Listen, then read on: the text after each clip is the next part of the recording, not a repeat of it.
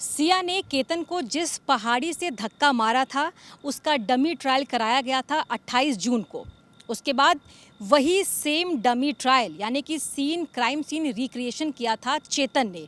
ये रिक्रिएशन किया गया था 1 जुलाई को और आज है 3 जुलाई, यानी 28 जून से 2 जुलाई तक जिस डमी ट्रायल के ज़रिए ये देखने की पुलिस कोशिश कर रही थी कि आखिर उस दिन क्या हुआ था, किस तरीके से सीन रिक्रिएट कराया जाए कि उस दिन की सच्चाई निकलकर सामने आ जाए, ये सब कुछ वापस से रिकॉल करने के लिए पुलिस क्राइम सीन को रिक्रिएट कराती है। लेकिन इस डमी के रिक्रिएशन का मकसद क्या था? मकसद ये था कि जैसा जैसा उस दिन हुआ था 18 तारीख को जब केतन सिया गए थे इस लोहगढ़ के किले पर, ठीक वैसा वैसा दोहराया जाए ताकि उस दिन की जो भी पूरे दिन का काम था, पूरे दिन की दिनचर्या थी दोनों की, उसको रिपीट कराया जाए। ठीक उसी से ये खुलासा हो सकता था कि कैसे ये कत्ल किया गया, कैसे इसकी प्लानिंग की गई, कैसे धक्का दिया, किसने धक्का दिया, कितने फोर्स के साथ धक्का दिया, चेतन ने धक्का दिया केतन को या फिर सिया ने दिया, ये दोनों ने मिलकर दिया। ये तमाम चीज़ों को जांचने के लिए ही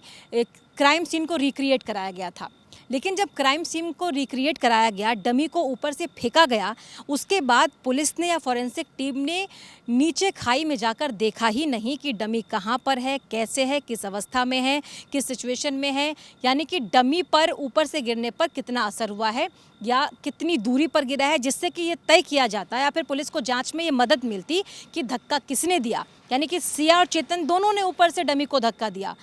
तो कौन सा वाला डमी खाई के ज़्यादा पास है, कौन सा दूर है, ये फिर उससे कंपेयर किया जाना था कि चेतन के धक्का देने और केतन के धक्का देने में कितना डिफरेंस है। फिर कंपेयर ये करते कि केतन की बॉडी कहाँ मिली थी, यानी केतन की बॉडी कहाँ मिली थी, इसको कंपेयर किया जाना था चेतन ने जब धक्का दिया उस डमी से और सिया ने जो धक्का दिया उस डमी से, यानी कि रिजल्ट उसी के हिसाब से इस क्राइम सीन रिक्रिएशन का तय किया जाना था। ये तब होता जब पुलिस या फॉरेंसिक की टीम वहाँ पर जाकर डमी को देखती, जांचती, परखती और फिर उसके हिसाब से एनालिसिस किया जाता कि क्या, कैसे, कब हुआ था। लेकिन 28 तारीख, 29, 30, 1 और 2 इन 5 दिनों में एक भी दिन पुणे पुलिस या फिर फॉरेंसिक की टीम उस क्राइम सीन पर पहुंची नहीं, उस खाई में पहुंची ही नहीं जहां पर डमी को धक्का दिया गया था या फिर जहां पर केतन की बॉडी मिली थी। तो सवाल यह है कि जब पुलिस वहां पर गई ही नहीं तो पुलिस इस क्राइम सीन रिक्रिएशन के रिजल्ट को कैसे देखेगी, उसको एनालिसिस उसका कैसे करेगी और उसके हिसाब से किसी भी तरीके से इस जाँच में कैसे मदद मिल पाएगी।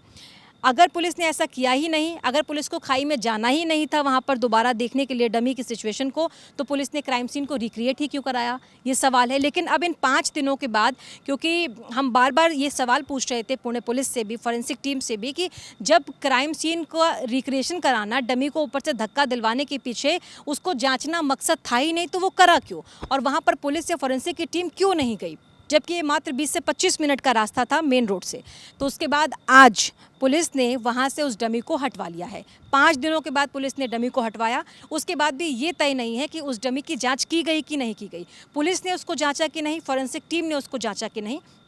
लेकिन 5 दिन के बाद उस डमी को वहाँ से हटा लिया गया है। लेकिन ये अपने आप में बड़ा सवाल है कि जब डमी की जांच करनी ही नहीं थी तो ये क्राइम सीन को रिक्रिएट क्यों कराया गया। इसके साथ ही अपडेट ये भी है कि अब सिया और चेतन पुलिस हिरासत में नहीं बल्कि न्यायिक हिरासत में आज से चले गए, यानी कि सिया और चेतन अब जेल में हैं और अब वहाँ से इस पूरे मामले की जो जांच है वो चलेगी और अगली पेशी कोर्ट में होगी। इसके अलावा सिया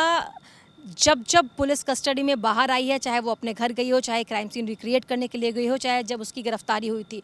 तब सिया की चाल पर जो है वो लगातार लोग बात कर रहे थे कि इतने कॉन्फिडेंस के साथ एक कत्ल करने के बाद कोई इंसान कैसे चल सकता है। इन सब के बीच में सिया ने आज कुछ ऐसा कर दिया जिस पर सोशल मीडिया पर खास तौर पर सबसे ज़्यादा चर्चा हो रही है। वो है सिया ने जिस तरीके से सिंबल दिखाया, जिस तरीके से सिया ने सीधे कहें तो मीडिया को या फिर जो लोग उसे रिकॉर्ड कर रहे थे उसको ये सिंबल दिखाया, उससे समझ में आता है कि उसको ज़रा भी डर नहीं है और उसे पता है कि इस केस का हर्ष भी कैसा होने वाला है। इसीलिए सिया का इस तरीके का रवैया जो है वो देखने को मिला।